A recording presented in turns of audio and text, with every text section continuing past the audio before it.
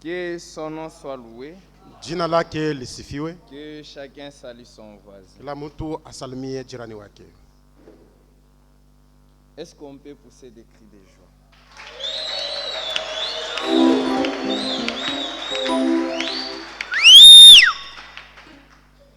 Nous avons bien chanté.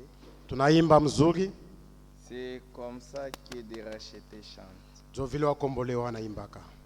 Que Dieu soit loué pour ça. Mungu asifiwe. On s'élève tous. Tushimame shebote. Na misalimu mwebote asubuhi na furaha. Et ce matin je vous salue au nom. Vous êtes dans la joie. Est-ce que mko mfuraha? Banani beko dans la joie. Qui sont dans la joie? Dieu soit loué. Mungu asifiwe. Il faut être toujours joyeux. Unapaswa kwa paka wa furaha. Que Dieu soit loué. Mungu asifiwe. On prend Amos, je crois 5. Kwa kitabu cha Amos 5. Je ne sais pas si j'ai encore retrouvé. Amos 5, je crois c'est ça. Amos sura ya 5. Amos 5. Amos sura ya 5.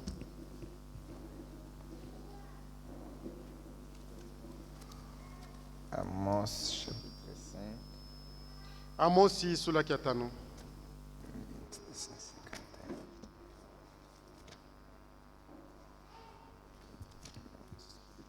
151, je crois.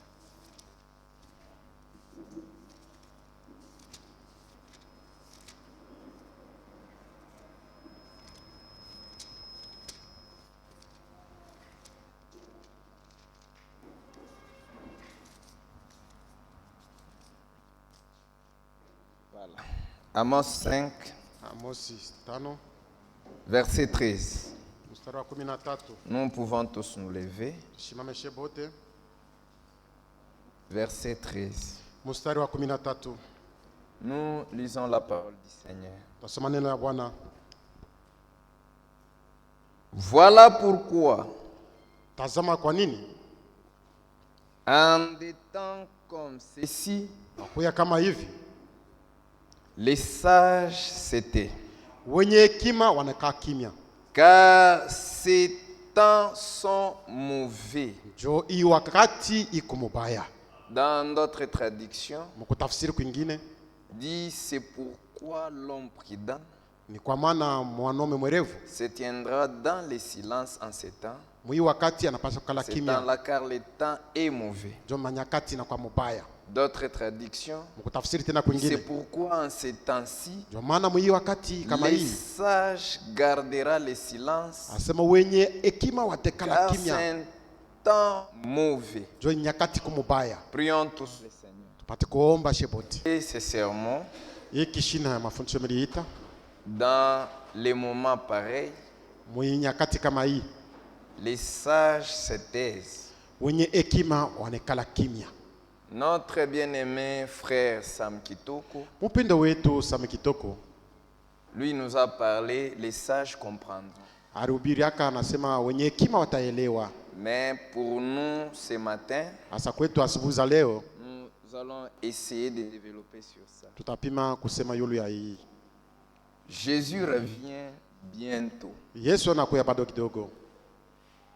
Nous sommes arrivés à la fin du temps de la fin, Tunafika kwa mwisho ya nyakati za mwisho où les sages vont comprendre.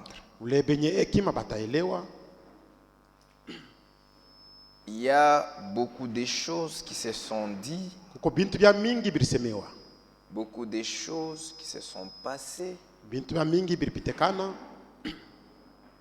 Nous gardons toujours de l'espoir. Shetu kupaka na tumaini.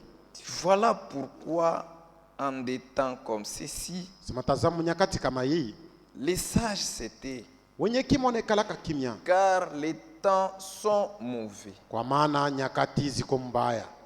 Nous devons réfléchir sur chaque parole. Tunapaswa kufikiri yule ya kila neno. Dans la vie, mes frères, Maisha wa ndugu, dans la vie, mes sœurs, maisha wa dada, il ne faut pas avoir de mauvais tuteurs. hapana kuya na wa kiongozi wako mubaya.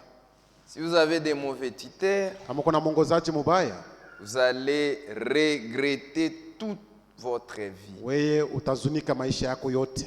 Même nous les enfants de Dieu. Hata kwetu si watoto wa Mungu. Vous devez aussi avoir des bons tuteurs. Napaswa kuwa na bongozaji wazuri. Il faut qu'il y ait quelqu'un pour nous encadrer. Napaswa kuwa mtu wa kumifundisha. Aujourd'hui, ce n'est pas le temps de savoir si moi, votre berger, je suis sauvé.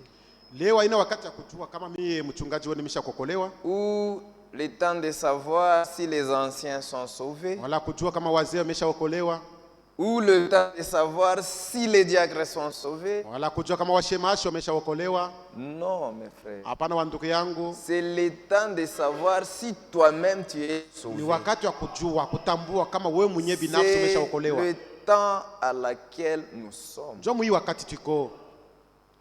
Chacun doit surveiller sa propre vie. Kila mtu anapaswa kuchunguza maisha yake. Est-ce que je suis sauvé ou pas? Nimeshaokolewa wala hapana? Est-ce que réellement je mène une vie correcte? Hakika mimi natembea munjia ya usawa? C'est le temps de savoir si toi-même tu es sauvé. Ni wakati wa kujichunguza wewe mwenyewe kama umeshaokolewa. Nous vivons parce que le Seigneur a mis le divin en nous. Tuko naishi juu Mungu aliweka kimungu ndani mwetu. Et si le Seigneur retire seulement le divin, Kama natosha ile hali ya Mungu ndani yetu, c'est fini pour tout le monde. kuna malizika juu ya watu wote. Dieu nous a promis un prophète. Mungu alitulaka nabii Il a fait. na Dieu nous alitenda. a envoyé un enseignant. Anatutumia mwalimu, Il a fait. alitenda. Mais qu'est-ce qu'il nous reste encore? Sasa nini nabaki tena? C'est de retourner chez nous. Ni kusema turudie kwetu. Nous sommes vraiment arrivés à l'achèvement. Ni sasa tunafika mwisho. C'est le Seigneur lui-même qui doit achever son œuvre. Na kazi yenyewe Bwana jua ataimaliza. Frère Branham a fait sa part. Ndugu Branham alifanya sehemu yake. Frank a fait sa Frank part. pia anafanya Ce sehemu yake. matin, moi aussi j'ai fait ma Na part. asubuhi ya leo naye anafanya sehemu yake. Vous aussi Na faites nini votre mupate part. kufanya sehemu zenu? Dites dans les moments pareils. Asema wakati kama hii Les sages c'était. wenye kima wanekala kimya. Non, frère Frank n'est plus. Oh, ndugu Frank ameshafariki. Frère, Ndugu, il y a beaucoup de choses qui entrent en jeu. kuko bintu bya mingi biko mwatari. C'est dans des moments pareils. Ni mwali kama hii. Sages doivent se taire. Wenye kima wanapaswa kala kimya. Surveiller chaque chose. Chunguza kila kitu. Dis la préparation correcte, c'est quoi? Kujitayarisha kwa vya kweli ni nini? Et tous ceux qui ne viennent pas de Dieu soient sortis. Ni kusema vile vyote vya sifa ya Mungu upate kubitosha. L'homme de confiance, c'est le Seigneur Jésus. Muntu wa matumaini ni Yesu peke yake. Il est toujours le même. Ye kumoja moja. Le Seigneur, il ne changera jamais. Bwana asitabadilika kamwe. Je m'en vais vous préparer une place. Ninaenda kumitayarisha fasi. Afin que là où je suis, Jokole miniko. que vous y soyez aussi. Nawe mupate kuyako. C'est la promesse Ile principale. ni malako ya msingi. Frère, Ndoko, ne perdez jamais l'espoir. msipoteshe tumaini. L'unique qui ne faillira jamais, c'est Jésus. Yesu Kristo peke yake asiwezi kuanguka kamwe. Malheur Ole à quiconque qui met confiance en l'homme. kwa ule mtu anaweka matumaini yake mwa binadamu. Mais l'homme qui mérite toute notre confiance à 100%, c'est Jésus. Na matumaini yetu ule anastahili ni Yesu Kristo. Même moi-même, Hata mimi mwenyewe. ne mettez pas votre confiance à 100%. Msinitumainie 100%. L'homme reste un homme. Binadamu wala mtu anabakia mtu. Mais Dieu reste Dieu. Lakini Mungu anabaki Mungu. Nous n'essayons jamais de faire entrer Dieu dans un programme. Si hatuwezi kupima kuingisha Mungu mmapo. Non, non, non. Hapana. C'est Dieu qui nous fait entrer dans son programme. Mungu yeye anatuingisha yeye mmapo yake. Nous sommes dans son programme. Shie tuko mmapo yake. Pas dans notre programme. Hapana mmapo yetu. C'est aujourd'hui nous avons plein de confusion. Leo tuko na mavuruko ya Parce kuachana. que Juu ya nini? les gens essayent de faire entrer Dieu dans un programme. Watu weko napima kuingisha Mungu mmapo.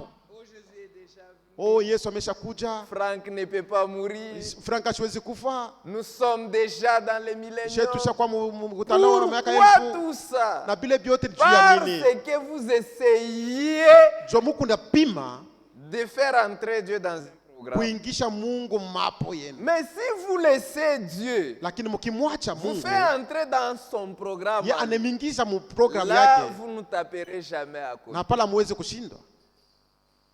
Frère Branham dit, Ndugu Branham anaposema, je crois dans la prédication, Christ est révélé dans Mahubiri ya- sa propre parole. Kristo amefunua kupita neno lake binafsi. Paragraphe, je crois, 72. Paragrafu yake ya 72. Si la technique peut corriger. Kama wafundi wanaweza kutuwekea kwa ile. Il dit, il y a trois choses qu'on ne peut pas faire.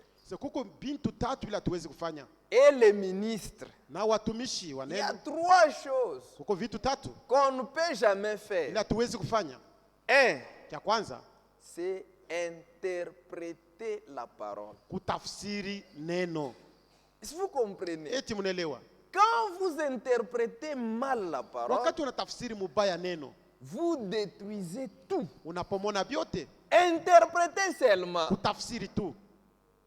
Mal interpréter la parole. Kama unatafsiri mubaya Si neno, la Bible dit là, kama Biblia inasema la, c'est là. inabaki vile. Vous ne corrigez pas. Wewe hapana Si kunyolosha. ici il y a des erreurs. Huko makosa. Quand la Bible dit les, Kama Biblia inasema le, c'est les. inabaki paka vile. Ça, il ne faut pas dire que Hapana kupima non, kusema ici, Donc, on a hapa, mal traduit, maana ya on a bari- fait ça, tafsiri corrigeons. mubaya tutengeleze. L'unique et zéro faute, c'est Jésus. Wasipokosa ni Yesu peke Il dit yake. trois choses Sasa vitu tatu qu'un prédicateur ile mubiri ne peut jamais ila faire. siwezi kufanya. Pour nous les ministres, Wala sio même watumishi. vous, Hata mwewe. c'est les trois choses que vous ne pouvez même Donc, pas faire. Kusema hivi vitu tatu hamuwezi kama Mal kufanya. interpréter la parole. Kutafsiri mubaya neno. Jésus revient à 11h. Yesu anakuya Toi, tu dis que 11h. Jésus va venir à 13h. Wewe unasema atakuwa Tu as 13h. mal interprété la Pale wewe parole. unatafsiri mubaya. Et quand vous interprétez mal la Na parole, ukitafsiri mubaya neno, vous engloutissez beaucoup de gens dans le ni rêve. kusema unapeleka watu wengi mkosa. Et la deuxième chose à ne pas faire, Na kitu kia pili kile hauwezi c'est kufanya. mal placer la parole. Kuweka mubaya neno. Mal placé. Kuweka mubaya Quand vous neno. le placez mal, Kama unaiweka mubaya, vous t'as tu regretté. vas le regretter. La troisième chose, Na kitu kia tatu, c'est disloguer. kabula maneno. Kukabula kabula maneno. Aujourd'hui, c'est grave. Leo iko ya hatari. En plaçant mal la parole, Ukiweka neno mubaya, vous allez au-delà de ce qui est écrit. unaenda nje ya vile venye kuandikwa. Il ne faut jamais faire. Hapana kufanya kama vile. Et nous, les ministres, Na si watumishi, n'allez pas au-delà de ce qui est écrit. usiende nje ya vile venye kuandikwa.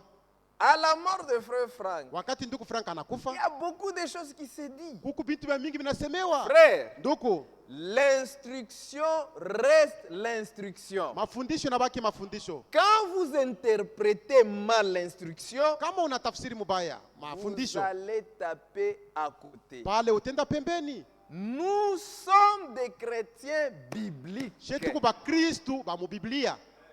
Non, il avait dit, Walisemaka il ne mourra pas. hasta kufa. Frère, Ndugu, si je te pose la question, kama nakuswali, est-ce que tu étais avec Franck? ulikuwa pamoja na ndugu Frank? Est-ce que de sa bouche il t'a dit toi ça? Mukino yake alikuonesha we vile? Gardons l'équilibre. Tushimame mzuri. Vous savez, Unajua il y a plusieurs versions de la Bible. Biblia kuna matafsiri ya mingi ya Nous mara nous mingi. sommes vraiment habitués à Louis II. Shetu shakuzobela kusoma Louis II ili Mais utafsiri. Dieu, il est l'unique. Sasa Mungu anabaki peke yake. Tout homme soit reconnu pour menteur. Mtu wote jukute ajione Mais muongo l'unique est vrai. na wabea kweli C'est le Seigneur Jésus. ni Bwana wetu Yesu. Écoutez ce que Louis II traduit ou Sikia interprète. matafsiri ya hii Biblia ya Louis Prenons II. Matthieu 24. Tubebe Mathayo 24.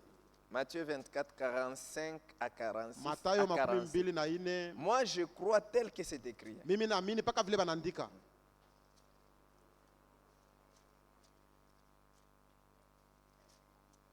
Qui maîtrise bien l'anglais ici? Nani kunasema mzuri Kiingereza? Ici. Hapa. Hakuna mtu anayeweza kusema hata anglais kusoma. Hakuna mtu anaweza kusoma kwa hata English. Tu maîtrises bien l'anglais? Unaisema mzuri. Viens mon frère. Kuya ndugu yangu. Viens mon frère. Kuya. Viens. Kuya, ula anasema Tu Kiingereza. parles même l'anglais, hein? Uko unasema English. Tu lis même l'anglais. Bakwa tabasan. Qu'ils viennent même s'ils sont. Aujourd'hui, je préfère qu'on enlève tous les doutes. Mina penda tutoshe mashaka yote. Frère, viens. Minjo mina kuita. Kuya ndugu. Voilà. Ça, c'est mon téléphone, hein? Je pasteur anakonesha mashikase interpréter pas kabile pasteur atasema. Pour que les gens ne puissent pas avoir encore une confusion Prends sur le pasteur qui t'a dit. Prends mon téléphone. Simu yangu. Cherche la Bible en anglais là-bas. Tafuta Biblia On a écrit Kiingereza. on lit Bible. Bible.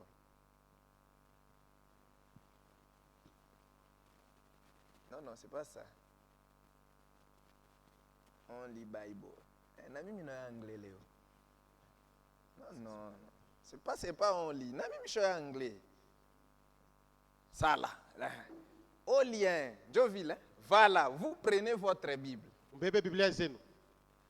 Moi bote bade, hein? Bote bawili. Mimi nasoma mbele yangu ya Louis II. Mimi nasoma Louis II. C'est pourquoi, cher prédicateur, Bahubiri. depuis longtemps. La Bible a existé depuis longtemps. Faute ya kuyua kukosa kuyua anglais. Kutoka kuyua English. Donc, wala Kiingereza. Tout ce qui se dit en anglais, yote birazo semewa on mkiingereza. mettait ça à côté. Dieu me comprend. Parce que je ne comprends rien. Mimi nabioka pembeni. Oh, la mort de Frère Frank Joy version inato. Ulufi ya Frère Frank Joy version nako yako. J'avais la version, même je pouvais kusoma. Moi je ne connais pas l'anglais mais la version je l'avais. Louis II interprète comme ceci. Matthieu 24 45. Mathayo 22:45. Prenons mbebe Bible. Mbebe ma Biblia. On va y arriver. Na tutaenda. Ici on dit wanasema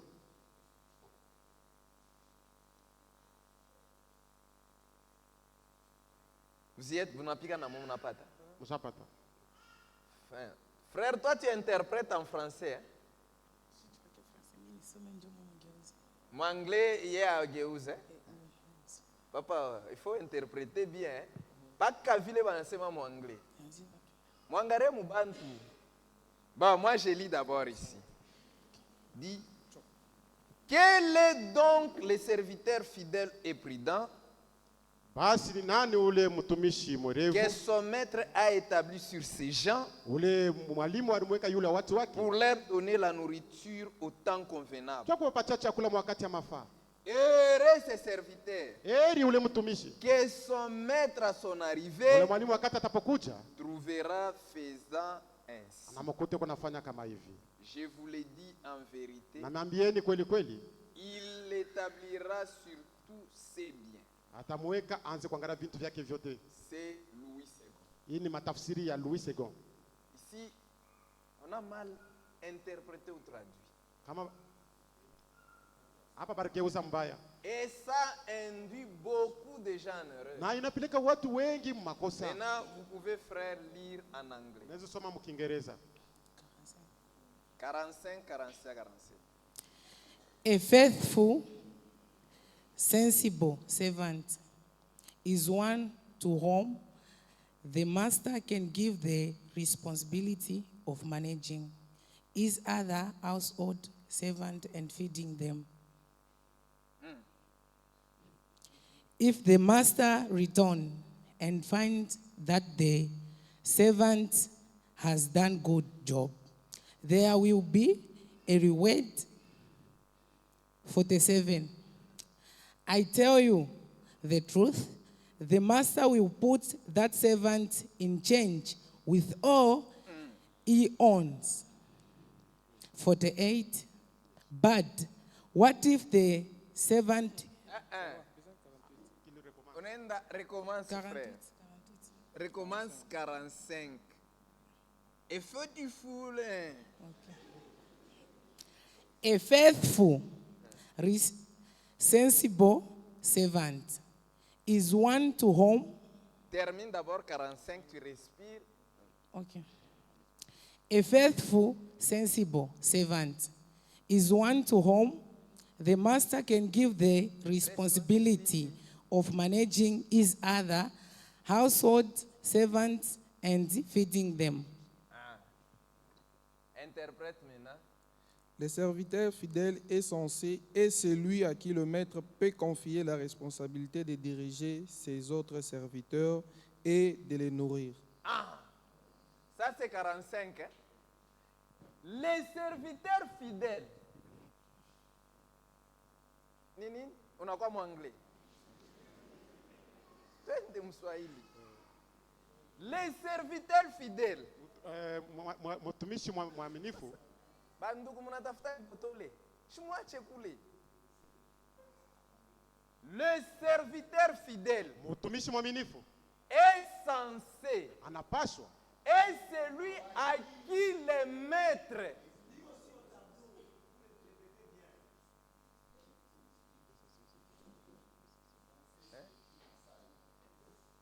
hapana ana sanse asa wangarieni Swahili Biblia Swahili mumpe Biblia Swahili dit les serviteurs fidèles mtumishi mwaminifu est censé anapaswa hapana censé ana akili censé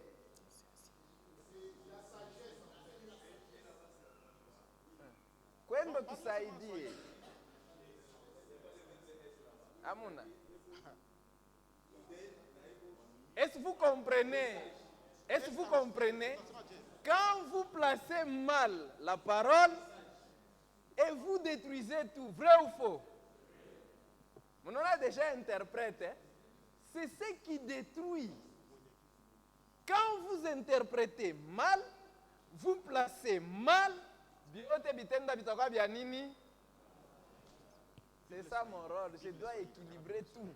Dis, les serviteurs fidèles asema mtumishi mwaminifu est censé. na mwenye hekima. Voilà. C'est ça. On est ensemble. Hein? C'est chez nous. Hein? Les serviteurs fidèles Asema mtumishi mwaminifu est censé. na mwenye hekima Et celui à qui ni ule kwa ule le maître peut. mwalimu anezi Le maître peut confier la responsabilité anezi kumpatia madaraka de diriger ses autres serviteurs ya kuongoza watumishi wenzake et de les nourrir. na kuwalisha. Isaïe 25. Vous, Isaya 25. Là, je suis pressé. Hein? Aujourd'hui je ne suis pas pressé. Prenons Isaïe 25. Tubebe Isaya 25. Moi, je suis jamais le tableau. N'effacez pas ça les techniciens, gardez ça. On doit enlever tous les doutes. Tunapaswa kutosha mashaka yote.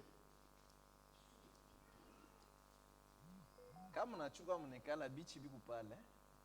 Si vous êtes fatigué, prenez place, il y a des chaises. Et me libérer dans quelques minutes. Je vais vous libérer. Isaïe 25, 1. Mstari wa kwanza. N'efface pas ça.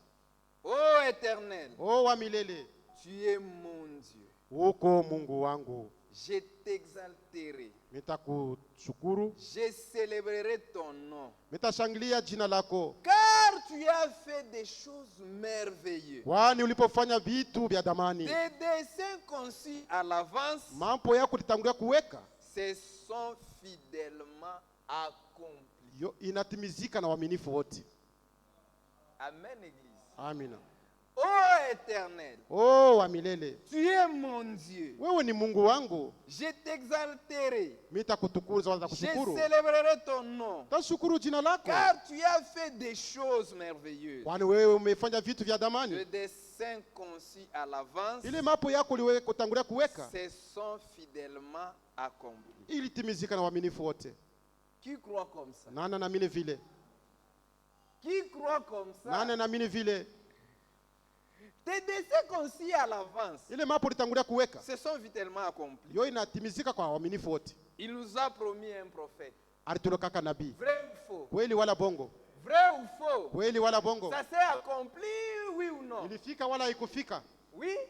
Ilifika wala haikufika? Frère, Ndio. on part ensemble. tuko naenda J'ai pamoja. reçu beaucoup de questions. Nilipokea maswali ya Je mingi. les réponds comme ça. Ndio vile namna mimi On ne naijibia. peut pas parler comme des perroquets. Hatuwezi kusema saba Mnaingia kasuku. mkanisa, mnatoka vipi? Vous entrez dans l'église et vous y sortez sans rien. Si vous comprenez maintenant, Kama unaelewa je peux sasa, arrêter. mimi naweza kushimamisha. Puisqu'il y a trop de Sio questions. maswali iko ya mingi. Dis tes desseins au éternel. Mapo yako wa Tu milele. es mon Dieu. Wewe ni Mungu wangu. J'exalterai. Nitakushukuru. Je célébrerai ton nom. Tatukuza jina lako. Car tu as fait des choses merveilleuses. Kwani wewe nimepofanya vitu vya damani. Tes desseins conçus à l'avance Ile mapo ulitanguliaka kuwekwa. se sont fidèlement accomplis. Nayo inatimizika na uaminifu wote. Dieu nous a envoyé un prophète. Mungu anatutumia nabii. Selon Malachie 4. Kufuatana na Malakia 4. Ça s'est accompli vrai ou faux? Ilifika kweli wala bongo? Qui sont d'accord? Ça s'est accompli vrai ou faux? Ilifika nani wale wanachika ni banani? Qui dit vrai? Wanane wanasema ni kweli. Il nous a promis un enseignant. Alitulaka mwalimu. Ça s'est accompli vrai ou faux? Ilifika kweli wala bongo? Maintenant, qui sont les élus? Sasa wateule ni wanani? Les élus, c'est qui? Wateule ni wanani? Ça s'est accompli vrai ou faux? Ilitimizika kweli wala bongo? Dieu est merveilleux. Mungu yeye ni wa Dis, damani. car tu as fait des choses merveilleuses. Ulifanya vitu vya damani. Tes desseins conçus à Ile l'avance. mapo ulitangulia kuweka. Pas après. Hapana kisha. Si c'était après. Kama ilikuwa ni Kama kisha, mimi na mwe hatunako. on ne devrait pas être là. Vous et C'était à moi. l'avance. Ilikuwa ni Il alitangulia savait kuweka, que alijuaka. un groupe, Asema kundi, un reste kundi moya va accepter un prophète, itechika va nabii, accepter un prophète, itamwichika nabii, va accepter un enseignant. itechika mwalimu, C'est nous. sheye, Donc, jo sheye. ce sont des dessins Ni kusema ni mapo, en avance. ile balitangulia kuweka mbele, Ce sont fidèlement accomplis. na ile mapo ilitimizika kwa waaminifu wote. Dieu est merveilleux. Mungu yeye ni wa damani. Heureux Heri les gens watu qui n'ont pas vu wala bakuone, et qui ont entendu barishikia écrire. na banamini. Frère, Ndoko qui a déjà vu Branham ici? nane ashakonaka Branham hapo. Même moi-même, je suis à mon âge. Mais moi-même aussi non plus. Je les vois seulement comme ma télévision. Donc, au travers des écrans. Mais j'ai eu la chance de voir Frank. Mais nilikuwa na bahati ya kumwona ndugu Frank. Ushamona Branham. Frère Destin, as-tu déjà vu frère Branham? Ushamona Katana Bukari. Est-ce que Frère as-tu déjà Ben, mangé tu le l'as Bukari? déjà vu. Est-ce que tu frère Même Ben, vous, as-tu déjà frère vu? Eric, tu as déjà vu. Frère Eric, tu as déjà vu frère Mais Branham? Dieu est merveilleux. Mais Mungu yeye ni wa damani. Frère Bati atasema mimi nishakumona. Frère Frère Bati. Bati. Ushamona. As-tu déjà vu frère Branham? Dieu est merveilleux. Mungu yeye ni wa damani. Si la semence tombe par boulongo bois bien, Si la semence tombe sur une bonne terre, il la produira comme ma fouille à bien. et ça produit de bons fruits. Si ça tombe par boulongo bois boubaye, Ça tombe sur une mauvaise terre, il dit tes dessins conçus à l'avance c'est le mapo yako ulitangulia kuweka. se sont fidèlement accomplis. Ilitimizika kwa Nous waaminifu wote. sommes là, Shiaba. frère. Ndoko Dieu est merveilleux. Mungu yeye ni wa damani. Nous croyons comme ça. Jo vile she tunaamini. Les élus, c'est nous. Wateule ni sheye. L'épouse, Bibi harusi c'est nous. ni sheye. Il nous a promis un prophète. Alitulaka nabii. Selon Malachie 4, Kufuatana Malakia 4 sont fidèlement accomplis. na ilitimizika ile mapo na waaminifu wote. Dis, oh, Les techniciens nous remettent. Wafundi muturudishie. c'est pas ça. Matayo makumi mbili- Remettez-moi makumi Matthieu mbili na ine. 24. Matthieu 24. Je lui sais, mouchijime.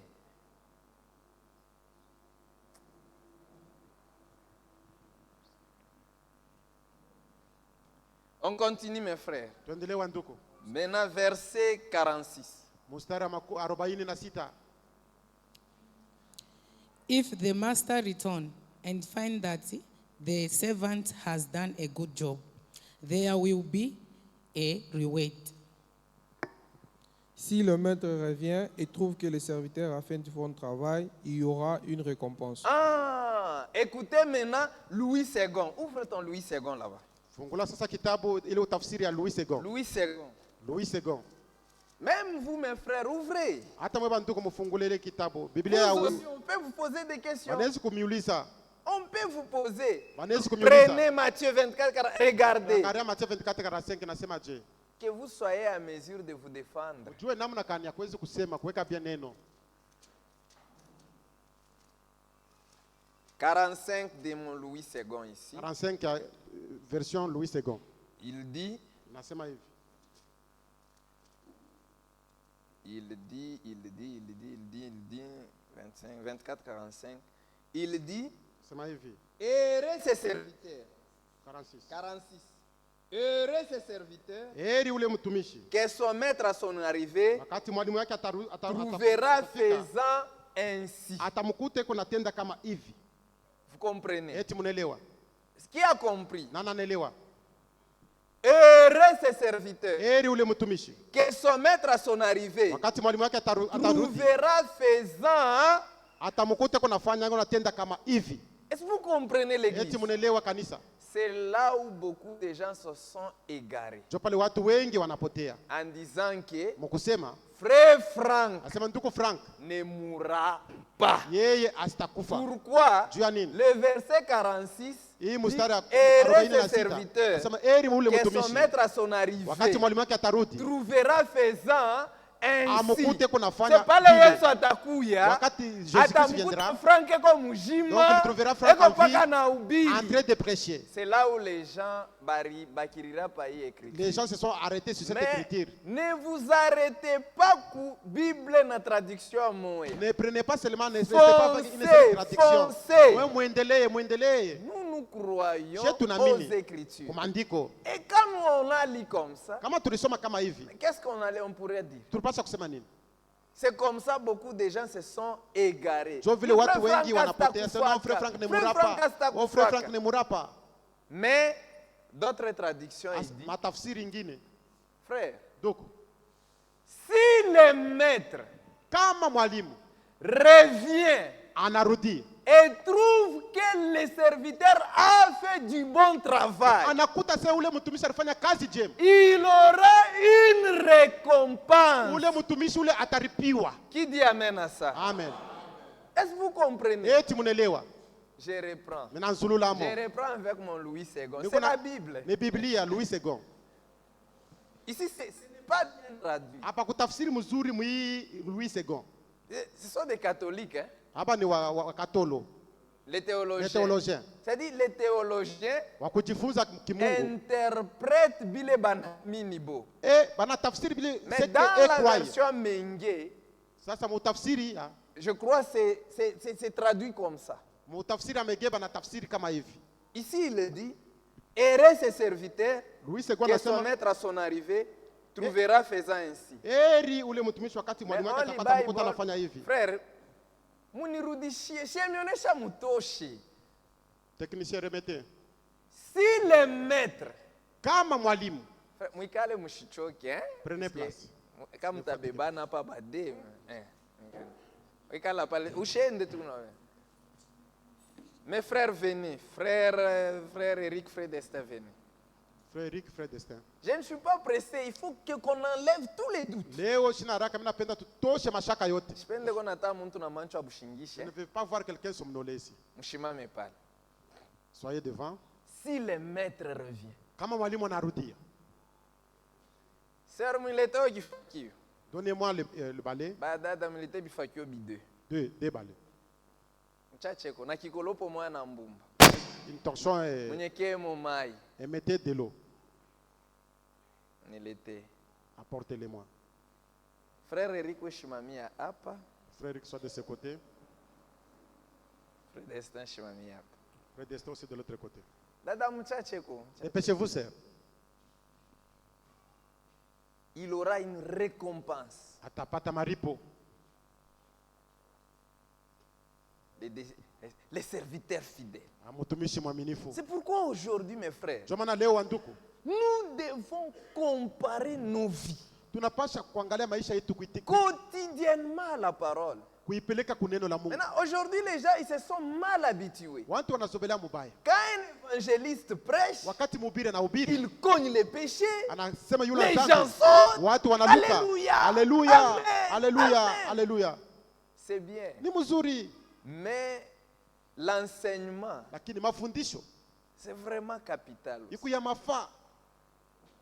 Quand les choses vous échappent, Kama unapusa bile bitu maintenant, auelewe. aujourd'hui, Paka hivi bantu beko nasema ben acheka na kucheka. Comme les gens parlent. Voyez-vous du message. Unaona mweba mujumbe beko nachekelea. Quand vous n'avez pas déséquilibre, Kama ushimame mzuri. gardez toujours le silence. Ikala tu kimya. Si tu ne comprends pas quelque chose, Kama hauyaelewa kitu. gardez toujours le silence. Ikala kimya. Je me rappelle mon frère Jimmy. Nakumbuka ndugu yangu Jimmy. À la mort de frère Frank, j'ai reçu beaucoup de questions. Wakati ndugu Frank alikufa ndipokelea maswali mingi kabisa. Beaucoup de questions.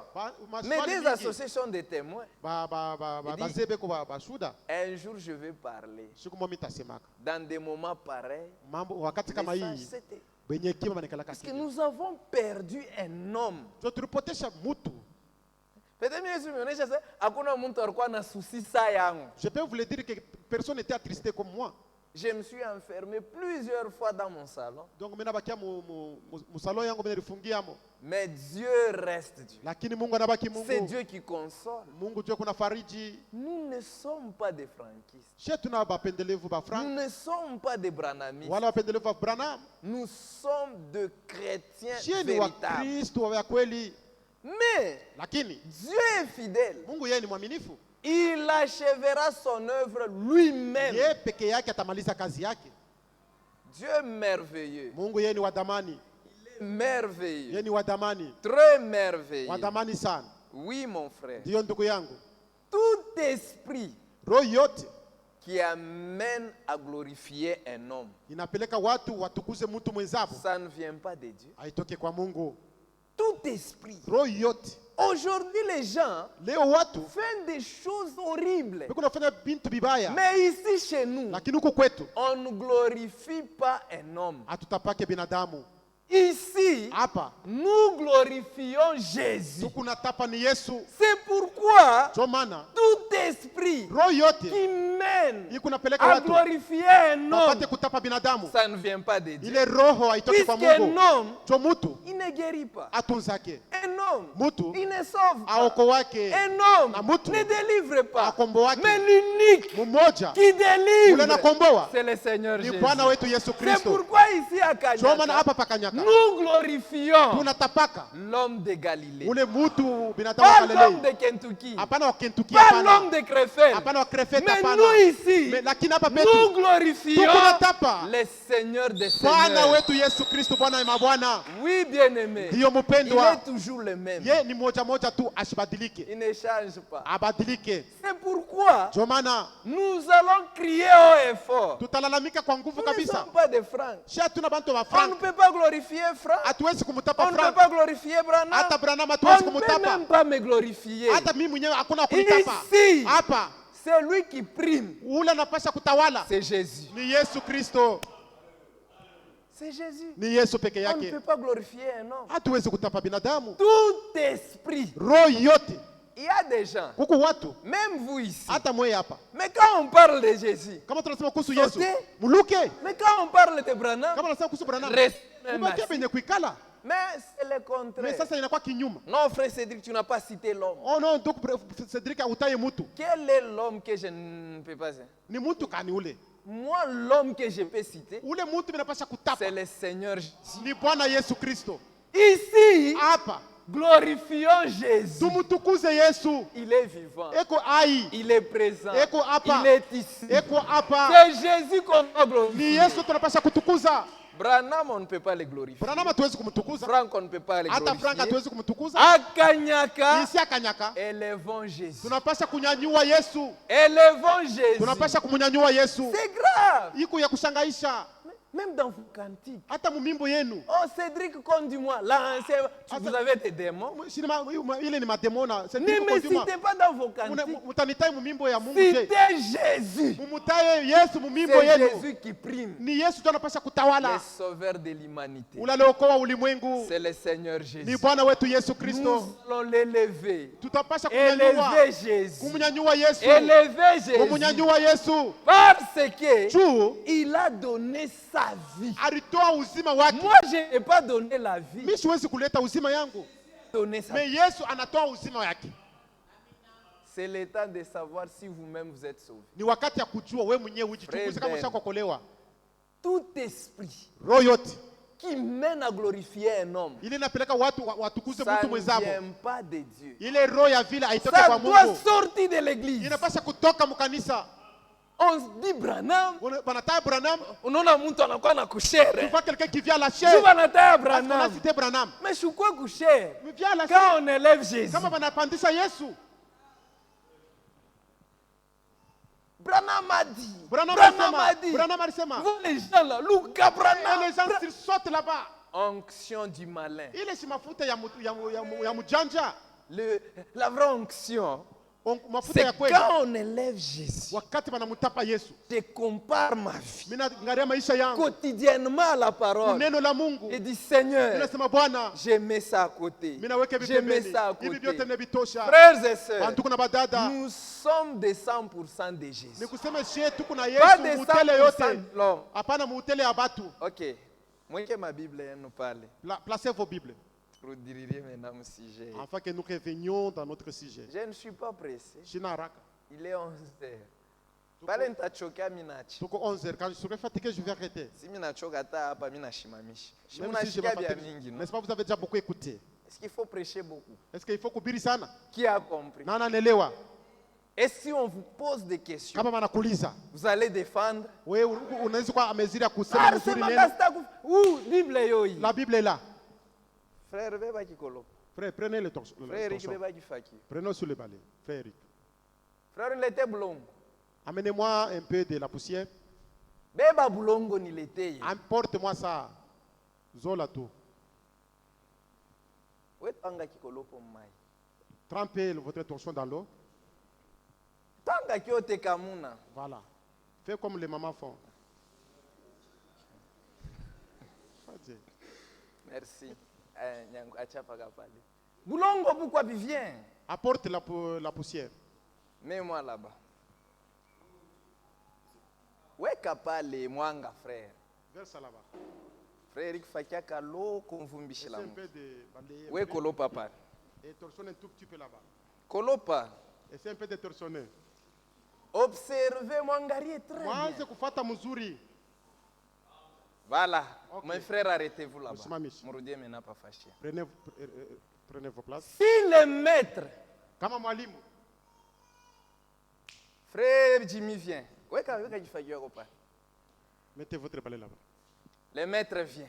Mwalimu anafika. Si le maître Kama mwalimu revient anarudia, et trouve que le serviteur anakuta sema a fait du bon travail, alifanya kazi mzuri, il aura une récompense. ye ataripiwa. Le maître revient, Mwalimu anafika.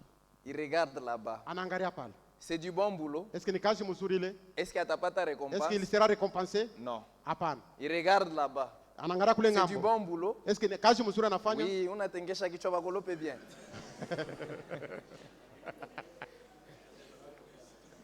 Bah, c'est du bon boulot quand même. Kusema kungambo ni kazi mzuri. Ou mettre quoi ma tête. Le maître est compliqué. Hein? Merci beaucoup. Accent. Bah, je peux arranger. Inaweza kutengeneza. Laisse pour que ça soit du bon boulot. Haikuwe kazi mzuri. Le maître, Mwalimu il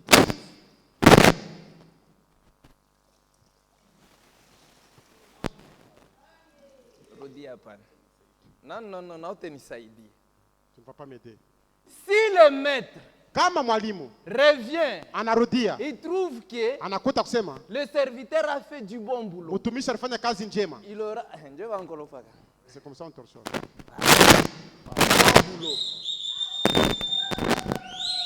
Il trouve que Anakuta sema ce serviteur-là huyu mtumishi a fait du bon boulot. alifanya kazi ya mzuri. Il aura de récompense. Ule mtumishi ataripiwa.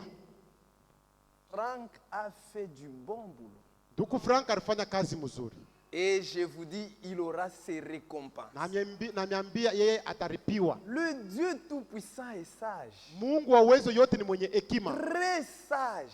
Mwenye hekima kabisa. Quand vous placez trop, Kama unaweka kwa kabisa vous commencez à élever un homme. na unaanza kupandisha binadamu, Dieu peut le retirer. Mungu anaweza kumtosha mdunia. Pour voir comment vous allez continuer. Jua kuona mwe mtendelea C'est je. pourquoi je vous ai dit, Jua maana nimeambia tout esprit roho yote tout esprit roho yote qui mène inapeleka watu à glorifier un homme, watu waanze kupandisha mtu mwenzabo, ça ne vient pas de Dieu. ile roho haitoki kwa Mungu. Dans des moments pareils, Munyakati kama hii les sages wenye hekima c'était. wanekala kimya.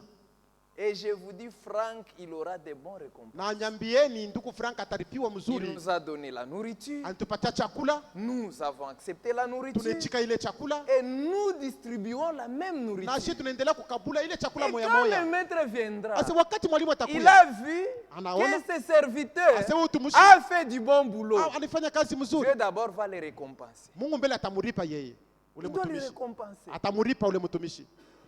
Frère, Ndugu, Dieu est sage, Mungu yuko mwenye hekima, très sage. mwenye hekima kabisa. Très bientôt, Kwa dakika kidogo nous allons rentrer chez nous. tutarudia kwetu. C'est pourquoi je vous ai dit, Ndio maana il y a nyamimbia trois choses. kuko vitu tatu. Maintenant, mal interpréter la parole, Sasa kutafsiri mubaya neno ça vous amène dans des erreurs graves, iko nimpeleka makosa minene très graves. ya hatari. C'est pourquoi, mes bien-aimés, Ndio maana wapenda wangu, je vous avais dit l'autre fois, niambia tena ile siku, gardez ces messages honorables mwe muchunge hii ujumbe na heshima et vivez correctement. na mpate kuishi munamna usawa. Ne laissez pas des salettes venir sur lui. Mushache vitu vifike yulu yake.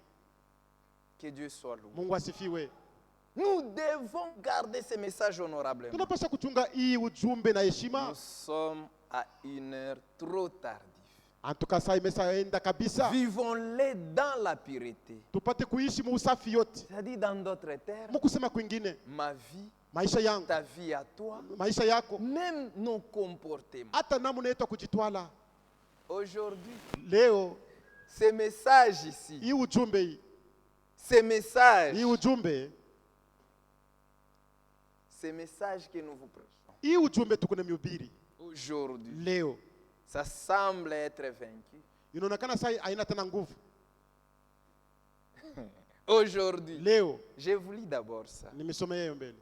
Prenons l'évangélisation du temps de la fin. Tubebe injili ya kata mwisho. Si on peut projeter, Kama mnaweza kutuwekea hayo. nous allons les lire ensemble avec vous. Ça va, moi, mon anglais, tunashimamia pale. Les anglophones nous arrêtons par Qui là. a compris? Nana nelewa.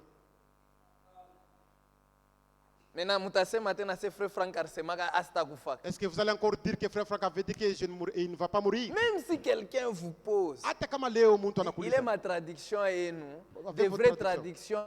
Allez même sur Google, téléchargez. Mwenda ta Google C'est pourquoi nous, les ministres, Mwe batumishi nous devons avoir plusieurs traductions. tunapaswa kuwa na matafsiri ya mingi. Quand tu lis ici, Wakati unasoma tu ne hapa comprends pas, auelewe, cherche des versions. beba tena utafsiri ingine.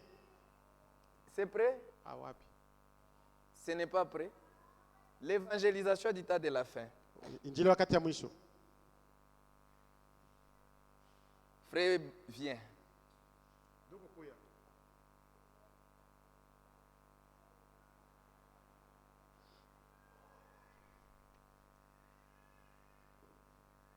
Tu me lis ça à haute voix. Tu vois, je sais, frère Cédric, va kumpa ma brochure kama ni kwa nani wa nani. Ni Branham. Frère, lis ça à haute voix pour que les gens ne puissent Mpe pas dire que micro. non, frère Cédric a eu L'évangélisation du temps de la fin. Injili wakati ya mwisho. Paragraphe 225. Paragraphe yake ya 200. Jo muhimu ma tunafiki. C'est Les le moment où nous messages semblent être vaincus. Ujumbe inaanza kuonekana saa inashindwa. Écoutez maintenant la suite. C'est toujours dans ces moments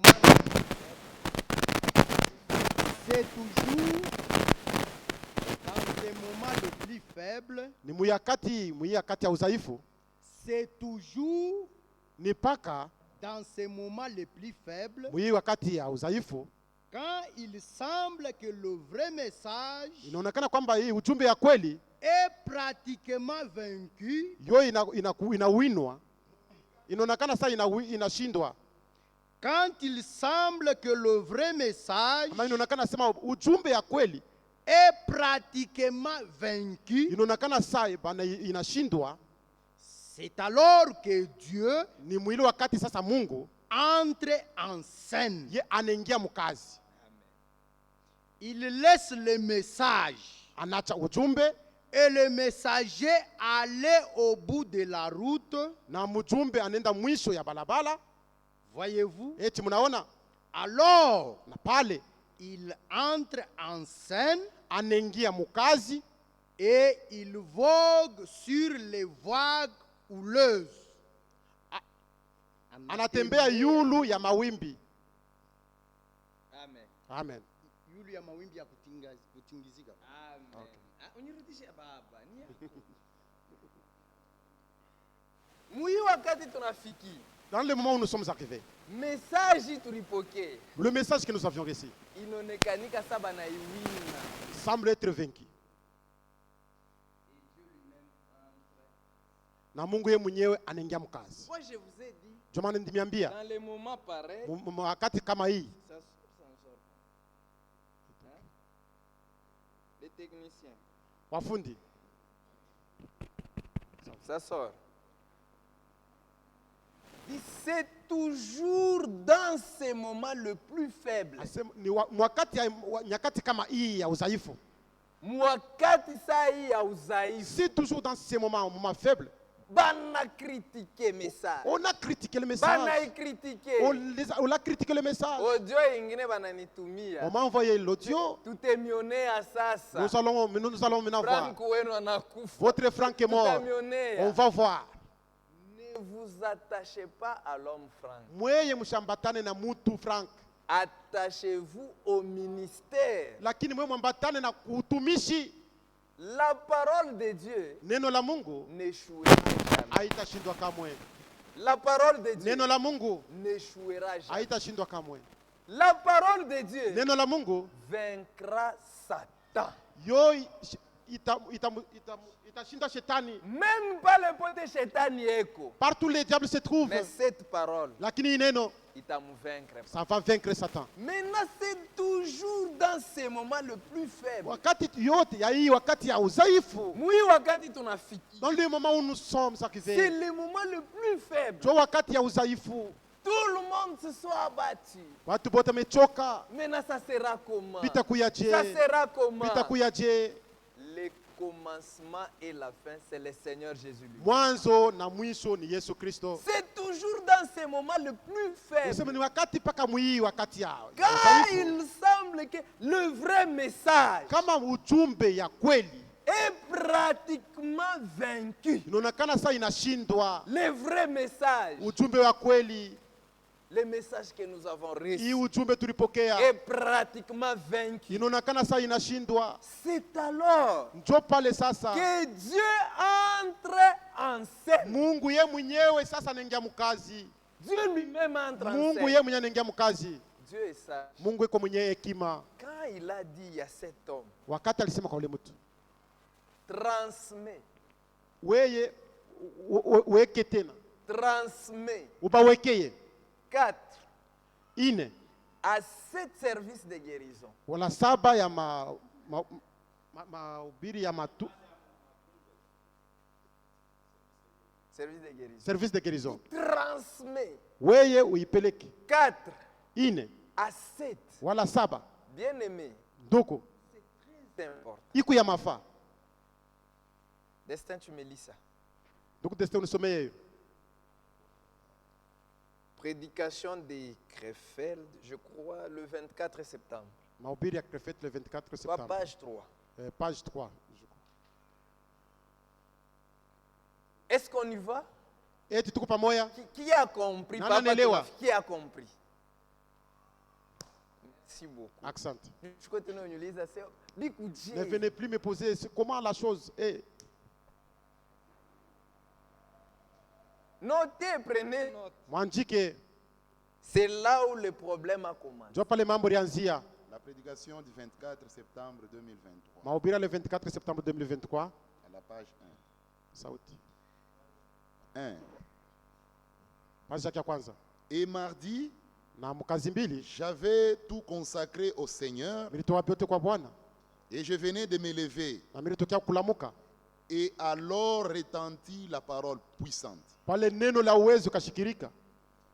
Transmets à tous. Peleka kwa wote. Laisse là-bas. Simamia pale. On a dit transmet. Anasema peleka. On n'a pas dit retransmet. Abakuseme uende urudishemo. Transmet. Peleka ou onesha. Retransmet. Urudiriemo. Urudishemo. Tu as dit quoi? On amène. On a dit transmet. C'est l'instruction. Yo hii ni agizo. Suivez très attentivement. Unifuate kabisa.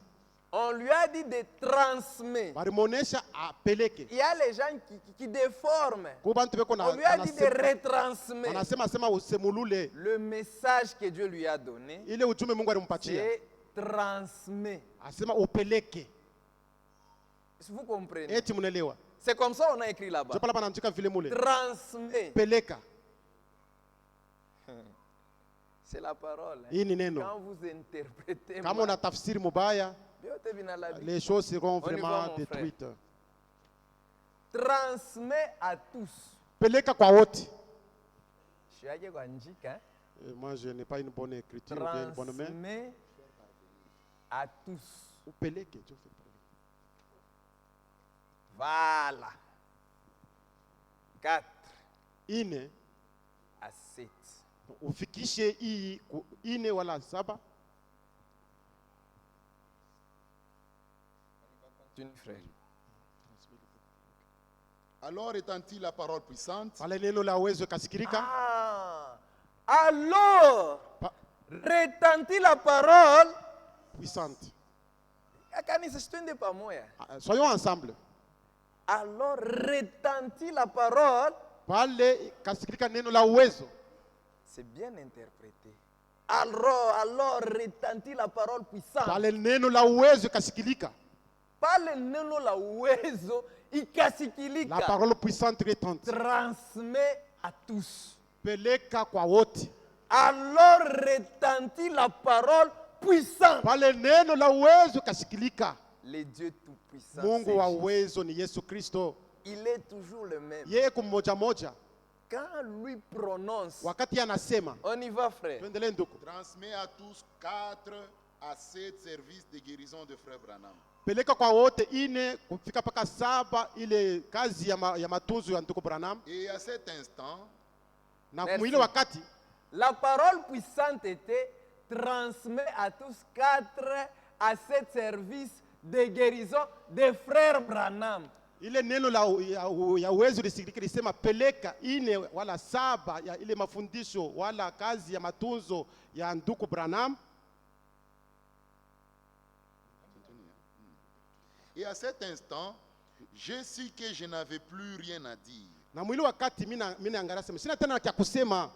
Mais que tous lakini wote avaient la possibilité d'entendre wale walikuwa na uwezo ya kushikia et de voir ce que le Seigneur avait fait à notre époque. Na kuona vile Bwana alipofanya wakati yetu. Merci beaucoup. Asante sana. Alors reprends. Alors je suis que je n'avais plus rien à dire. Pale mkejo nasema kweli sina tena cha kusema. Quand Dieu lui a donné cette instruction, wakati Mungu alimpatia agizo, Frank anasema, le Frank dit, miririona, je me suis vu, kemishina tena na kintu kya kusema. Je n'ai rien à dire. Est-ce qu'il y a encore d'autres commentaires là-bas? Est-ce que tena bila kusema Dieu lui a dit transmet 4 Mungu anamwambia sema peleka ine à 7 wala kufika 7 service de guérison de frère Branham. Kazi ya matunzo ya ndugu Branham. Mais pourquoi Dieu n'a pas dit prophète Branham? Pourquoi Mungu asikiseme retentit la parole puissante. Ile neno ya uwezo nasikilika. Dit retransmet à tous. Asema peleka kwa wote. La retransmission. Kupeleka lui on lui a dit de transmettre. Ye barimuonesha apeleke. Je vais namuonesha c'est peleka. Va donne-moi d'abord agenda yako. Donnez-moi votre agenda. On lui a dit de me transmettre. Anasema unipatie, unipelekee. Est-ce que vous comprenez les mots? Il m'a transmis. Ananipatia. Maintenant, quand on me dit de retransmettre à tous, kama anasema uipeleke sasa kwa bantu bote, ni kuipublier maintenant bantu bote bafa nini? Donc c'est par les publier pour que tout le monde puisse écouter. L'instruction ilikuwa ni moya. C'était une seule instruction. Transmettre. On lui a dit va transmettre ça. Retransmet à tous. Peleka yo kwa watu wote. Nous avons suivi. Na tulifata. Il a fait. alifanya le maître, mwalimu à son arrivée, wakati atarudia trouve anamkuta si le serviteur fidèle kama ule mtumishi a mwaminifu, fait du bon kama travail, yeye alifanya kazi s'il mzuri, était fidèle, kama alikuwa mwaminifu, il aura une récompense. ataripiwa. Il est fidèle. Yeye ni mwaminifu. Oui, bien-aimé. Ndiyo wapendwa, Quand ils ont dit 4 à 7, wakati sauti ilimwambia 4 la 7, prenez maintenant du temps de Josué. sasa mbebe wakati wa Yoshua. Josué, Yoshua lui, on lui a dit 4 à 7. yeye alimwambia 4 kufika mpaka 7. L'histoire se répète. Mambo iko narudia mpaka Quand vile. vous lisez la Bible, Mkiposoma Biblia il y a des chiffres qui ont des significations. kuko mahesabu iko na maana yayo. Mais comme Dieu lui a dit 4 à 7, Vile Mungu alimwambia 4 kufika nous 7, aussi nous allons seulement dire 4 à 7. na shie tutasemulula mpaka Nous nous vile, arrêtons là. na tunasimamia On pale. ne peut pas aller au-delà de ce qui est écrit. Hatuwezi kwenda nje ya vile On lui vinaandikiwa. a dit 4 à 7. Balimwambia 4 Il est kufika 7. fidèle à ça. Yeye ni mwaminifu kwa ile. Quand arrêté par 4, S'il s'est arrêté à 4, c'est correct. iko À ya mafaa, 5, iko mzuri. Kama alifika c'est correct. 5, iko À ya sawa. 6, Kama c'est alifika 6, correct. iko ya sawa. À 7, Hata c'est 7 correct. iko ya sawa. À 8, Si il arrivait à 8, on a quoi désobéissant? là il est un désobéissant. Vous comprenez? Eti mnaelewa? On lui a dit 4 à 7. Ile sauti ilimwambia 4 kufika mpaka 7. 1, Ya kwanza. il s'arrête à 1, il n'est plus fidèle. Kama alisema moya bule anasimamia pale ashina Pas mwaminifu. ta récompense, Il il ne, est sera, fidèle. il ne sera pas récompensé parce qu'il n'est pas Moïse, on fidèle. lui avait dit de parler au rocher. Musa balimwambia yake aseme na mwamba, Lui, il a frappé. yeye akapika mwamba. Dieu Mungu n'a pas voulu l'humilier. asikupende amushushe kumbele ya watu. Homme, Huyu mtu malgré ses erreurs, hata makosa yake si je l'humilie en public, kama namushusha mbele ya ça watu sera compliqué. vitakuwa ya hatari. Dieu accepte seulement comme tu me frappes. Mungu anatika ndio Dieu est unanipiga. descendu au rocher. Mungu anashuka kumwamba Dieu a marqué. Il y a moins bateau toi Mungu ma problème. pour le problème des enfants de Dieu a Dieu. accepté qu'on lui frappe à cause de vous. Mungu anachika bamupike juu yenu. Mai inatoka. Néanmoins l'eau est sortie du rocher. Anasabwa. Il a oublié. Bushiku, La nuit, tu ne m'as pas honoré. Dieu dit à Moïse, Moïse, tu m'as hakunisanctifié, pas honoré. hakunyeshimishe. La parole de Dieu vient au prophète. Neno la Mungu inakuwa kwa nabii. Et même le prophète de Dieu, il se termine même. Hautaona kana. En tout cas, Moïse, tu ne verras pas le Canaan. Ariria we. Il a pleuré, Ashikoni. il n'a pas vu le Canaan. La d'obéissance Kutokutii. est pure que la sorcellerie. Yo iko mubaya kupita On lui a dit 4 à 7. Chao. Asema sema 4 wala 7 upeleke. Ya kwanza. S'il s'arrêtait à 1, Kama alisimamia pa ya kwanza, Ashikukwe fidèle et prudent. il ne devrait pas être fidèle et prudent. 2, Ya pili, 3, ya tatu, 4. ya 4. Kama alishimamia pa 4, S'il c'est s'est correct. arrêté sur 4 iko ya sawa. Mais Lakini 5, 5, 6, 6, 7. 7 Et dès que c'est 7, na ikifike qui est 7 l'achèvement, mwisho mwisho. mwisho, Anashimamia il pale. s'arrête par là.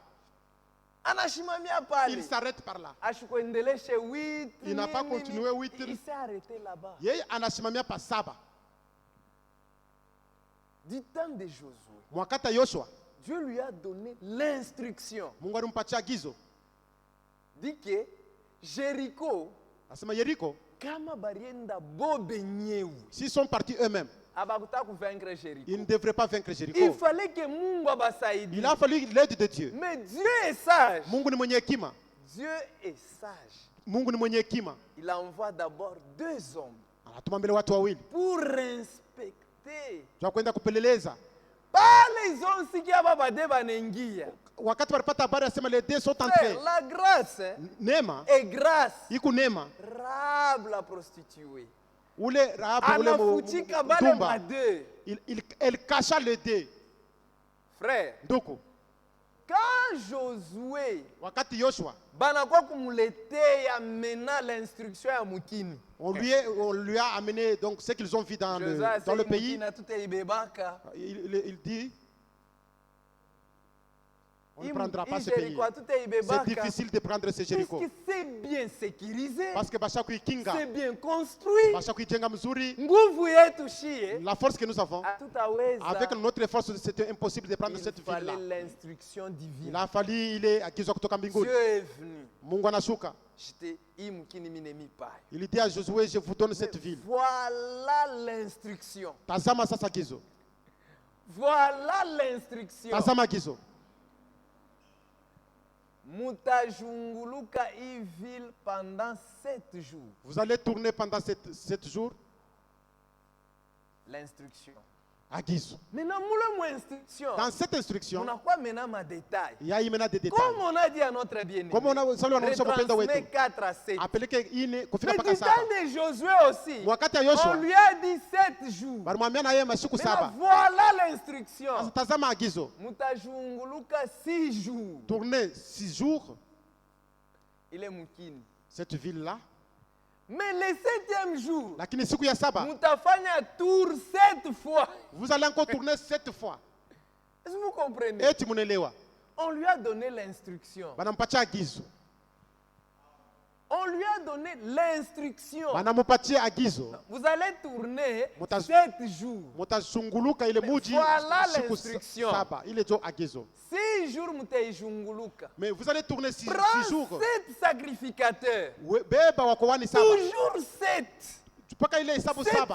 sacrificateurs. 1, 2, 3, 4, 5, 6, 7. Wako wani moya mbili tatu mpaka saba. Ubaweke kumbele. Que tu les places devant. Ubakaburia ma trompette Que tu 7. leur donnes cette trompette. Dis au peuple, bashipusata cri moya. Dio sema na taifa shiko sata Ni kusema kulalamika mpaka mu moya. 7e jour. Sema le 7e Mu jour. 7e jour. Siku ya saba. Dieu va pousser bote ma cri. Afin qu'ils poussèrent ensemble les cris. Dieu est sage. Mungu ni mwenye hekima.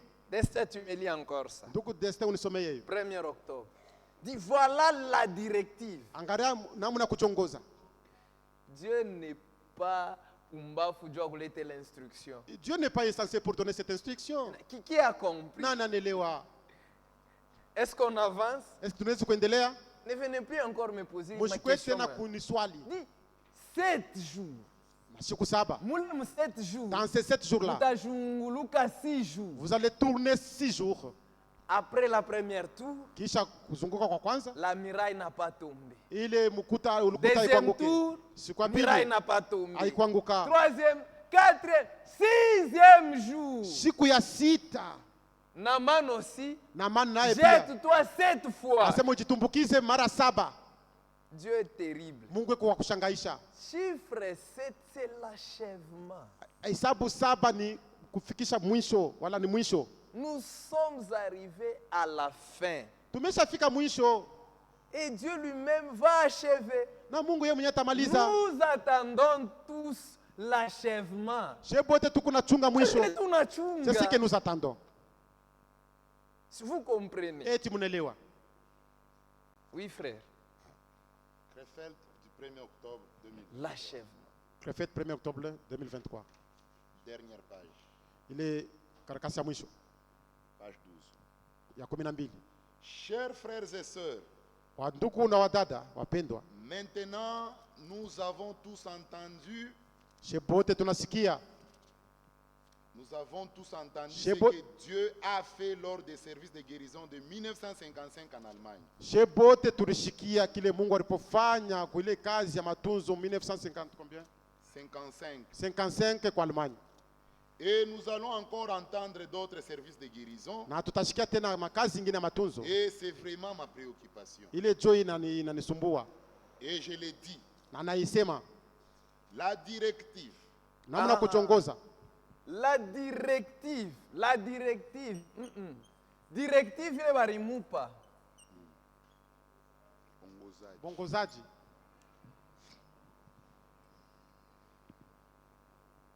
La directive, Bongozaji. l'instruction qui a été donnée Agizo lilipewa est liée au fait que inambatana namna kusema tous les élus du monde entier wateule wote wa duniani mzima, Tous les élus du monde entier. Akanyaka, il y a les livrés ou faux. Est-ce kukanyaka kuko wateule kweli wala bongo? Il y a les livrés ou faux. Kuko wateule kweli wala bongo? Il y a les livrés ou Kumampala kuko faux. wateule kweli wala bongo? À Colosie, il y a les livrés ou Kolesi kuko faux. wateule wala pana? À Krefeld, il y a les Krefeld livrés kuko ou faux. wateule wala pana? Tous les esprits du Ni monde kusema wateule wote wa dunia mzima. entier. Dunia mzima. Sois familiarisé avec ce que Dieu a fait. Bapate kujua bile Mungu alifanya. Pas seulement avec les prédications, Hapana tu kuhusu paka mahubiri mais avec leur confirmation. na kuhakikisha ile mahubiri. Et que nous recevions la foi Na shehe tupate kupokea imani. que le Seigneur se manifestera de la même manière Sema Bwana atatuonesha paka mnamna moja moja au milieu de nous. katikati yetu. Nous allons vivre de grandes choses avec Dieu. Tutaishi bintu vikubwa pamoja na Mungu. Nous remercions le Seigneur de nous avoir tous permis d'écouter. Tunashukuru Mungu juu aliruhusu shehe bote tupate kushikia. Amen. Qui a compris? Nani anaelewa? 4 à 7. Ine kufika paka 7. C'est la directive, l'instruction. Agizo wala uongozaji. Frère, Ndugu, nous attendons le retour du Seigneur. tukunachunga wala kusubiri kurudi kwa Bwana. Dans des moments pareils, Mnyakati kama hii les sages wenye hekima se taisent. wanekala kimya. Attendons le retour du Seigneur calmement. Tukwe kimya mkusubiri kurudi kwa Bwana. N'ajoutez pas, ne Msiongeze, faites pas de commentaires msiseme inutiles. yulu ya ile bintu 4 à yasikomana. 7.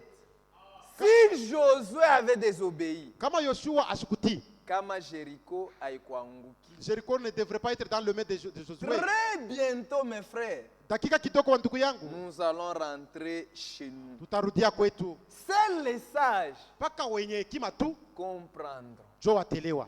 Du temps de Salomon, Wakati ya Salomoni 2 femmes, wanawake wawili banazala bote pa moi. Ils étaient tous des prostituées. bote balikuwa bakaaba. Moya nazala bien. Lin abiana kushe Après quelques jours, et après quelques jours muyu na yana zala. mais huyu pumbafu L'insensé, analarea wake mtoto, elle coucha sur son bébé mtoto et anakufa, l'enfant était asphyxié et mort. usiku anaenda na change. Et la nuit, elle alla pour changer. Mama wa biakwe Une véritable mère, hata anazala mumateso, même si elle accouche dans des souffrances, anekalaka na alama ya mtoto wake. elle connaît au moins un signe de son Sasa enfant. mtoto wangu miri muzala Quand l'enfant est naquit, pansula peko hivi. sur le front, il y a ça. Mama wa biakwe. Une véritable mère. Frère, Doko, nous Dieu nous aime. Mungu anatupenda sana. Mama wa biakweli ni Yesu Kristo. Une véritable mère, c'est Jésus-Christ. Wakati banazala, Et quand c'est des huyu questions et analamuka des enfants, busubuhi, l'autre se lève le matin, mama wa biakweli anaiwaka hata harufu wa mtoto la wake. véritable mère sent même l'odeur de son Mais enfant. pala rishikia. Quand elle a senti Anashikia harufu ya ule l'odeur, alikufa ina il wake. dit que non, ce n'est pas l'odeur de mon fils. Anaangalia, Et elle regarda. se mtoto wangu ni Il dit, ule. mon enfant, c'est elle. C'est elle. Bananza Il y kubishana. a eu des disputes.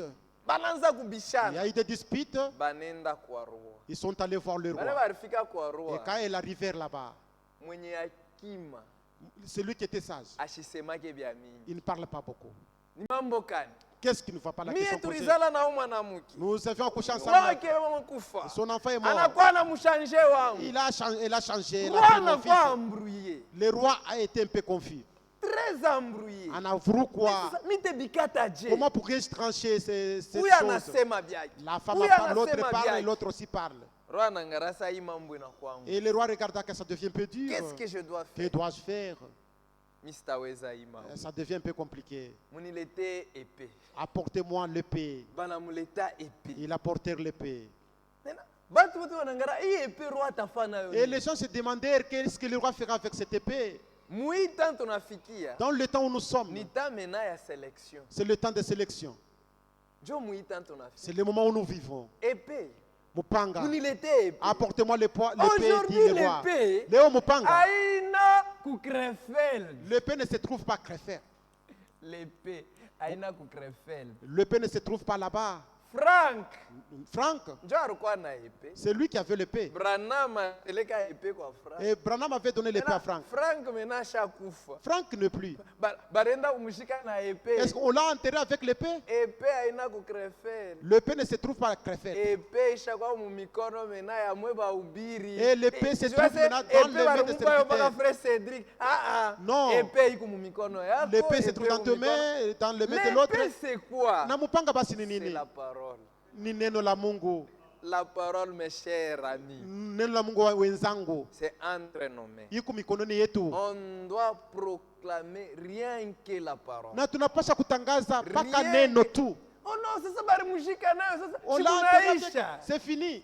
L'épée pale unakata ro épée de chair kwa mikono ya Destin. Avant qu'il mikono ya puisse rentrer Eric. l'âme, l'épée était Ça dans les mains se de tous les fait, serviteurs. ni mtu mkutoka haina se pale wanamushika Geoffrey Smith ase mimi natosha sasa Et épée. non pas quand on l'a enterré que le frère Smith a dit que j'ai enlevé maintenant l'épée. Non. L'épée est entre nos mains. Hapa sasa mupanga iko mikononi yetu. L'épée entre les mains de Frère Kazadi. Iko mikono ya ndugu Entre Kazadi. les mains de Frère Mwamba. Mikono ya ndugu Mwamba. Entre mes mains. Mikono ya Moi Frère aussi, Cédric. j'ai l'épée. Na ndugu Cedric na iko na Joseph mpanga. Social, même vous. Hata nini?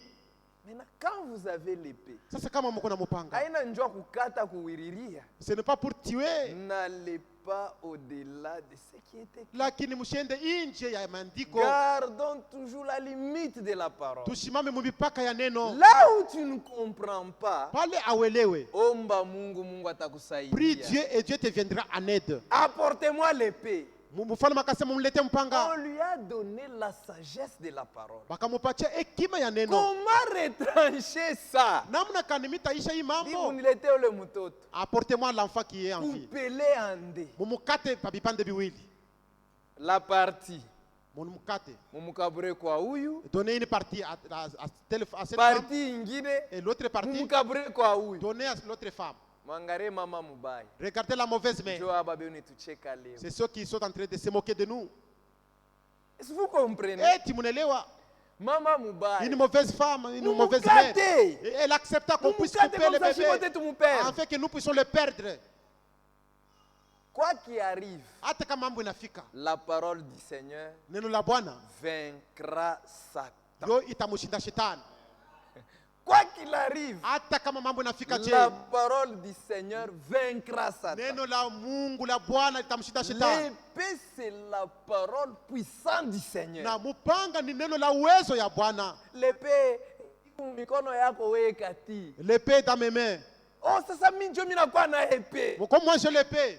Épée ilikuwa ni mikono ya Frank. C'était dans le main de Franck. Frank n'est plus. Ndugu Frank ameshafariki. L'épée maintenant inakuwa mikono ya Shibote. Et l'épée se trouve maintenant dans nos mains. Nous tous. Frère Ben, unashikia? Est-ce que frère Tu as Ben vous écoutez? l'épée là-bas. Huku na mupanga pale wiko. Et Dieu va achever son œuvre. Na Très Mungu bien. peke yake atamaliza kazi yake. Maintenant, quand le roi, Wakati mfalme Dieu lui a montré, Mungu akamuonesha. Dieu lui a révélé, Mungu akamfunuliwa. dit que mama wa mtoto utamona. Ase tu verras la mère de Ule l'enfant. kona sema sema mingi, ah, mama wa Celui qui mtoto. parle trop là n'est pas la mère de l'enfant. Bamoué, Qu'on le puisse le tuer, qu'on le tue. Dieu est sage. Mungu ni mwenye hekima. Il dit, prenez l'enfant mumukaburi. Di mbebe mtoto. Mama mzuri, Hii ni bonne mère. dit, oh roi, Oh mfalme. au lieu de le couper, Ole ya kumukata pa vipande prenez viwili. l'enfant Mubebe tubashe mtoto. mumukaburi yeye. Donnez à cette femme. Mitanzaka ta kumonea. Et moi je peux commencer à voir cet enfant Waki. en vie chez Roi elle. asema mubebe mtoto mukabure mama wa mtoto yeye. Et le roi a tranché que la mère de l'enfant, c'est elle qui parle ainsi. Donnez-la Aujourd'hui, l'enfant. Aujourd'hui, Léo, c'est toujours dans ce moment le plus faible. ne pas comme nyakati ya udhaifu. Quand il semble que le vrai message est pratiquement vaincu, Wakati ujumbe unaonekana saa haina tena na nguvu. c'est alors que Dieu entre en scène. Ndio mwili wakati sa Mungu anaingia mkazi. Il laisse les messages Anaacha ujumbe et les messagers na mjumbe aller au bout de la route. banenda kumwisho ya barabara. Voyez, Mnaona? alors Pale il entre en scène anaingia mkazi. et il vogue sur les vagues couleuses. Na anakuwa yule ya mawimbi ya Et kuingia ingia c'est vrai. na ni vya kweli. Qui a compris? Nani anaelewa? Que Dieu soit loué. Mungu asifiwe. C'est-à-dire ici, Hapa nous aussi nous arrêtons ici. na sisi tunasimamia hapa. Il a dit 4 à 7. Sema ine wala kufika paka kusaba. On s'arrête là-bas. Na sisi tunasimamia pale. Dans d'autres termes, Mukusema kwingine, ma vie, maisha yangu, votre vie, maisha yako, notre vie à tous maisha yetu shebote a besoin de progresser devant Dieu. iko na lazima ipate kwenda mbele ya Mungu. Que Dieu soit remercié Mungu ashukuriwe et qu'il vous bénisse. na apate kumibariki. Qui a compris? Na ananielewa.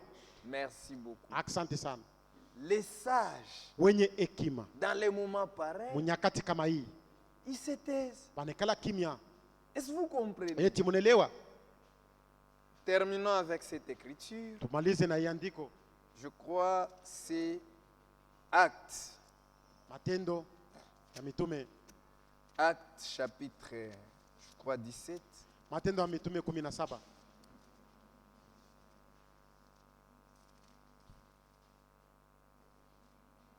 Acte 19, Matendo ya Mitume 19. verset 36. Mstari 36 wala Nous makumi tatu lisons na la sita. parole du Seigneur. Pale tutasoma neno la Mungu.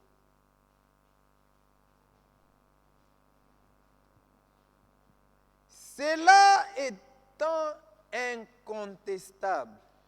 Ile ilikuwa bila kubisha. Ah. Ile ilikuwa bila kubisha.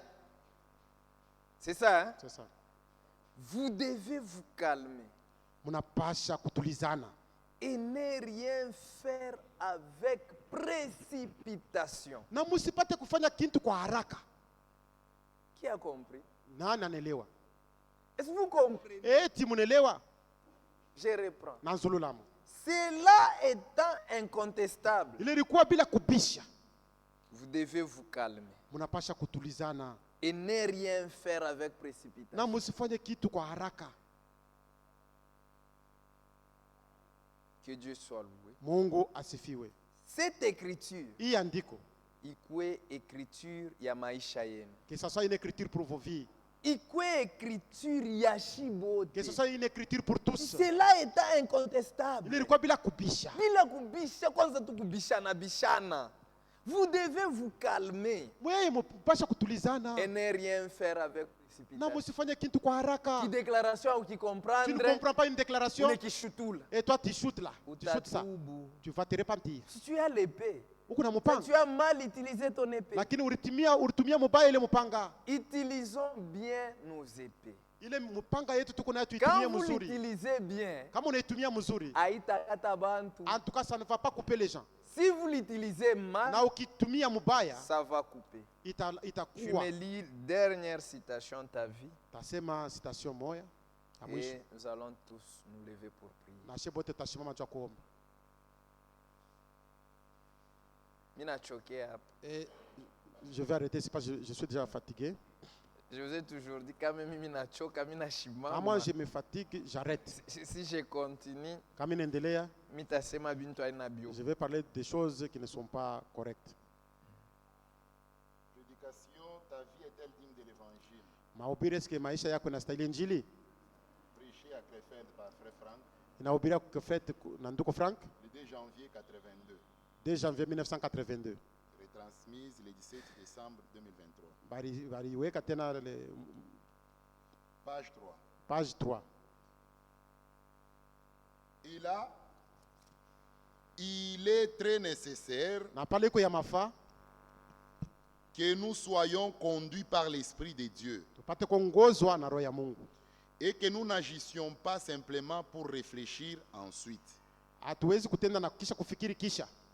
mais que d'abord nous puissions réfléchir Kia kwanza tunapasha kufikiri et agir ensuite. na kutenda kisha. Et il voudrait mieux de se taire 2 fois. Iko mzuri wakati ngine kuikala kimya. Yuko vizuri kuikala kimya mara mbili. Il vaudrait mieux de se taire 2 fois Iko mzuri kuikala kimya mara mbili que de parler une fois. ke kusema mara moja. Et ici dit Frère Branham dans la suite, Hivi ndugu Branham anasema ne vous engagez pas, usijiweke, ne vous engagez dans aucune dispute. mwe msijingishe mabishano hata moya. Évitez toute dispute. Acheni mwende mbali na mabishano. Si quelqu'un de l'assemblée dit, Kama mtu mwekalo anasema, savez-vous, eti mnajua celui-ci, celui-là, huyu wala ule, ils ont dit ceci et cela, walisema hiki wala kile. un tel frère Ndugu kama ule devrait avoir honte. alipasha kuwa na haya. Si vous prenez part et dites, Kama mna Biblia alisema, kama unaingilia mwile mambo hilo nasema ile. Est-ce vraiment ainsi? eske cho vile biko Et que vous prêtez l'oreille au scandale, munateka sikio kubikwazo, alors prenez garde. wale mkebe yange. Car l'Esprit Saint n'est pas dans un tel lieu de péché. Ni kusema Roho Mtakatifu haina mwile fasha vile ya zambi. Un cœur habité par le Saint-Esprit Roho yenye kujazwa wala mwile Roho Mtakatifu est nekala rempli de sainteté, inajazwa na utakatifu, de pureté, usafi, et il ne pense à rien de mauvais. na haiwazaki vitu vibaya, Et ne fait rien de mauvais. haifanyaki vitu vibaya, Mais il croit tout, inaamini yote. il croit tout, Ile roho inaamini yote, il supporte tout, inavumilia vyote, il est patient. iko mvumilifu. Amen. Amina. Amen. Qui a compris? Nani anaelewa? Que Dieu soit loué. Mungu asifiwe. On ne fait plus de commentaires. Hatutasema tena yule aile. Lèvons-nous, Tushimame. puisqu'il me reste encore, j'ai des choses encore à faire. Kuko bintu biwili vya kufanya. Prions tous les seigneurs. Tupate kuomba shie boti.